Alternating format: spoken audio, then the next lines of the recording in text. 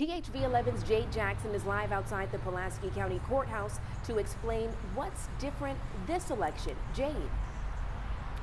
Well, guys, if you want to get a head start on absentee voting, you can request your ballots here at the courthouse.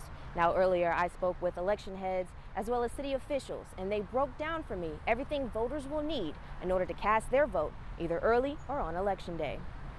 Early voting is only for 5 days, and that starts September 7th and ends on September 13th. Also, what's different is that anybody who requests an absentee ballot, they have to have it in our office the Friday before the election. With about 128,000 eligible voters in Little Rock, you can check voter status on the Arkansas Secretary of State's website. Absentee voters can drop off in person until the Friday before election. If you are mailing in those ballots, they must be received by the county clerk's office before 7:30 p.m. on election day. They can come in here and request in person, or they can request through mail, or they can send an email, or they can call our office, and then we can get that sent out to them. Early voting is only taking place at a few locations: across the street from the courthouse, at the regional building, and at these 6 library sites spread out across the city. There's no early voting on Saturdays or Sundays. On election day, state law requires you to go to your assigned polling location.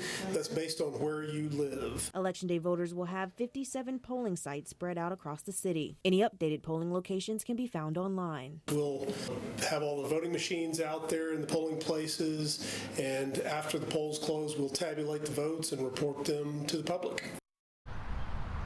We'll have those polling site locations as well as a breakdown on information on absentee voting, early voting, and voting on election day on our website, thv11.com.